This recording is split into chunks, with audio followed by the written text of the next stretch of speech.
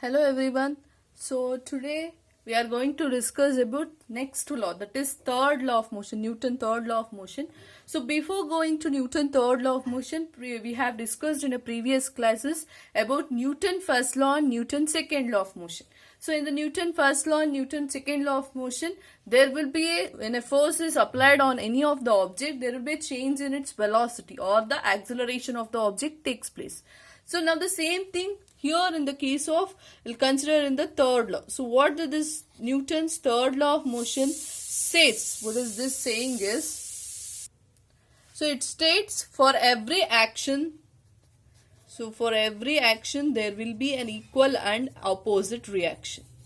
So I'll just frame an example for that. So for every action there will be equal and opposite reaction. What is this action and reaction?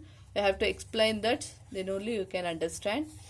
So for this I'll take one example. So for example, two balls are there. So two balls with the same mass. You consider two balls are there with the same mass. They will be moving without applying any extra, or we have not applied any external force on that object. Without applying an external force on that object, when these two will collide, for example these objects collide with each other, so then what happens when this object is both are having same masses, when these two collide with each other, then whatever the force that has been applied by this object to the second object, first object with the force applying by first object to second object, when it hit, that is the action what takes place. Then for that action, the second object will do the reaction for that. How it means? It also exerts the same force on the second object.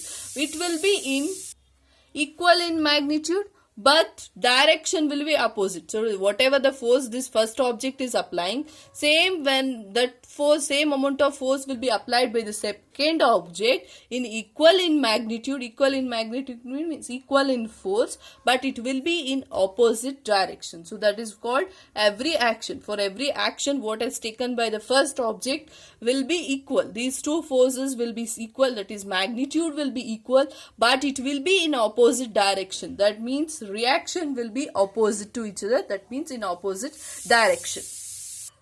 So this is one illustrate you can say about Newton third law of motion. Another one thing, you can take two spring balances you can take. So if you take two spring balance, one end you take it to connect these spring balance together. So take this is point A and this is the point B. Now if I stress this two sides of the spring balance, if I stretch that with the same force, that means it should be in equal, but it will be in opposite direction. So the whatever the force I am applying in A position and B position will be in opposite direction. So when I apply the force on that, what the reading I will getting on both spring A and the spring B will be remaining the same. That means the whatever the value that shows on a spring balance will remains the same. This shows that this is just an example for the Newton third law of motion. Similarly, another one example I can give of a gun. So when a bullet has been fired from a gun, so you hear two things are occurring. One is when a bullet has been fired from the gun, for that action there will be a reaction. What the reaction will be? There will be a jerk or the recoil of the gun takes place, isn't it? When a gun has been fired, recoil of the gun takes place. So here the action represents firing of a bullet, reaction for that jerk or the recoil of the gun takes place. That is an example for the Newton third law of motion. Here we are not able to predict velocity, isn't it? Velocity of the bullet. So bullet will be moving with its mass is very less, isn't it? A small bullet can exert with a velocity more velocity, but a gun will be in highest mass and jerk. So whatever the backward reaction that it takes place, that velocity is less than the bullet which has been fired with a greater velocity.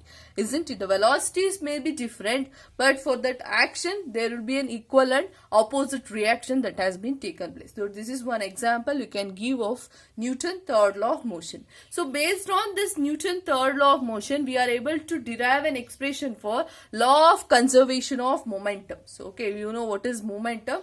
Based on that, we are going to derive an expression for law of conservation of momentum.